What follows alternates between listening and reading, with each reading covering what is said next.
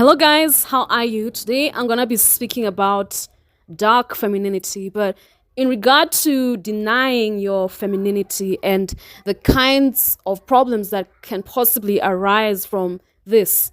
So, femininity is associated with nurture, with habits, with safety and security, with pleasure as well, with dressing up, with looking good, with taking care of oneself. Those are all aspects of femininity.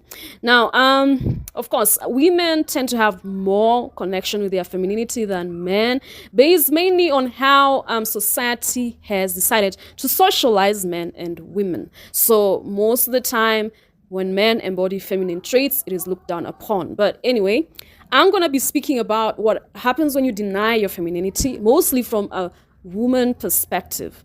Okay, so sometimes as women grow up, they may grow up in an environment that makes them deny their femininity. And this could happen through a lot of ways. One way this could happen is, for instance, if they had to grow up too quickly and they had to start taking on adult like responsibilities too fast. So they had to, this is kind of like parentification. They had to sacrifice a part of their childhood. So if they have to take on adult like responsibilities quickly, it means there isn't an adult who's nurturing them enough, most likely, like they should. And if they're not being nurtured enough like they should, it means that part of them that desires nurture from a caregiver, they kind of repress it or shut it down because there's no one to service to serve those needs anyway, if they have to take on adult responsibilities. So they repress that part of them, and it becomes habitual to repress their needs, such that by the time they are even adults, they still repress their needs. And what happens when you keep repressing your needs is you slowly and surely lose touch with yourself, with your self-identity, with who you are. Or rather, if it started even happening long ago, it means you didn't have the chance to create your self-identity properly on your own terms. You didn't fully, because our needs guide us as to showing us the things that we feel most safe about, most nurtured by, the things that make us feel most secure. If we are repressing those things, then living in our sense of self becomes hard, because our sense of self needs fuel. If we're not fueling it by being nurtured, then we burn out, then we lose touch with ourselves. And what happens when people deny themselves nurture, when they're denied nurture, is there can be some vampiric nature that can happen to them. This is one of the results. Not everyone, it doesn't happen with everyone, where they seek to manipulate others to get the nurture they need, because they don't know how to get it any other way.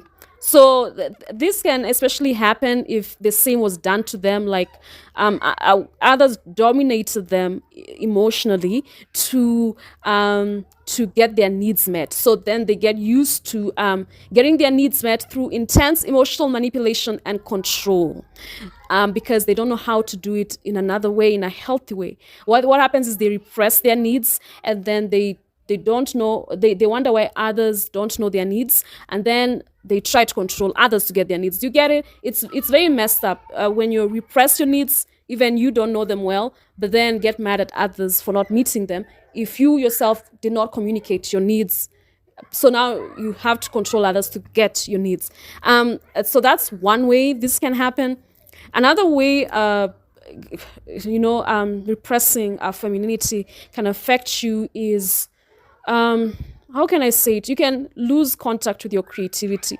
Like you might not know why you're sad, why you're feeling sad, why you're feeling empty, why you're feeling lost, because that aspect of the emotional nature in you is kind of cut off. So a feeling of being lost without exactly knowing where it's coming from, or feeling like actually feeling numb, or not feeling like a woman, because you kind of don't have access to that feminine energy. You have like repressed it so much. So like there's, and then maybe you might look so stoic or even masculine. Nothing wrong with being masculine, but like you don't know how to express that feminine energy naturally, because you are deprived of its expression earlier on. So there might be a bit of a stiffness to your manner, and you might not even know this, but something is missing. You can feel it, but you don't know what. And it's hard. Like, you have to really get in touch with your emotions so you can get back to that feminine energy and start living through it and allowing it to guide you. Because something else about repressing that feminine energy of nurture, etc., is losing touch with your intuition. So over relying on logic, you're relying too much on logic, and not either not valuing your intuition or just not having much of a connection to it. Yeah, so that can be quite an issue where you try to solve everything logically without because you don't have access to going inside and really feeling it in your body. You know, the sixth sense tells you when something is off and not. So like when you might not have be much in touch with that sixth sense because you kind of are not in touch with those intuitions and the emotion and the feelings in your body or as they come. And another thing, how this can also come through is being jealous of other women who are embodying their feminine energy. You see this a lot. Sometimes you find even older women trying to repress, either girls or younger women from being fully feminine because they were also denied that chance. You can see this even in a lot of schools, unfortunately, where you can clearly see some teachers trying to repress the students. And it can come from a wound because they were also repressed or they were also punished for embodying their feminine energy. So they are carrying the tradition along. It's a very harmful tradition. It's a very harmful curse to pass to another person because it's a chain reaction of suppression, of repression, yeah, and it's just not serving anyone. Something else that arises from a repressed sexuality is those women who take care of everyone but never give enough time for themselves and their needs. They're always running errands for everyone and taking care of everyone, but they don't give enough time for their needs. No one asks them how they're doing because people are kind of just used to them not having needs. It's a chicken egg situation. They grow up feeling that their needs are not important. They grow up feeling that they have to serve others or be overly helpful to others. And they get used to feeling like this is how their needs get met.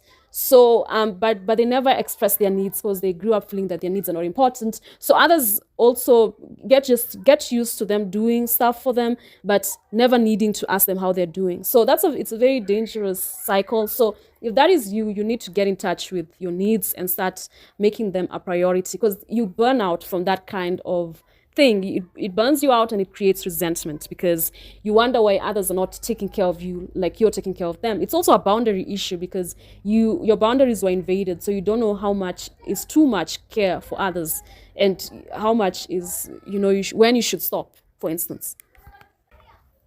So sometimes these models of repressed femininity are not necessarily from things like parentification, but more so from just kids copying how their mothers and their aunts and their other female figures show their femininity. So if these female or woman figures were repressing their needs and repressing the nurture they give to themselves, then the girls who grow up seeing them also learn to do the same. So sometimes it's just like a generational hand-me-down kind of thing, and it's just a cycle where someone has to like break the cycle by starting to get in touch with their feminine energy, with nurturing themselves, taking care of themselves, in all aspects, their emotional needs, emotional care, other kinds of care. Emotional care is actually a very huge important factor because it involves understanding your needs, understanding knowing what to do when your needs are not being met, the boundaries, and how to communicate your needs. It's a lot of stuff, and if you haven't learned that, you have to learn that now on your own. It involves learning to listen to your intuition. It involves what else? It involves knowing your feminine energy and how you want to express it in your own way. So it's a long internal process. In this case, and I've talked of the shadow before. In this case, it's like some elements of your femininity are in your shadow because you're repressing it. So this involves shadow work. It involves, for some people, regaining that contact with their feminine energy involves releasing shame because they were shamed into feeling their needs are not important. Okay. For others, it involves even like a lot of introspection to know what their needs are because they just have no idea what they are, or rather to model yourself after someone else who you see really takes good care of themselves, whether that is self-care, whether that's emotional care, whether that's spiritual care. You need to find someone who you resonate with. Okay, guys, so if you enjoyed this video, leave me a thumbs up and subscribe, and I'll see you guys next time.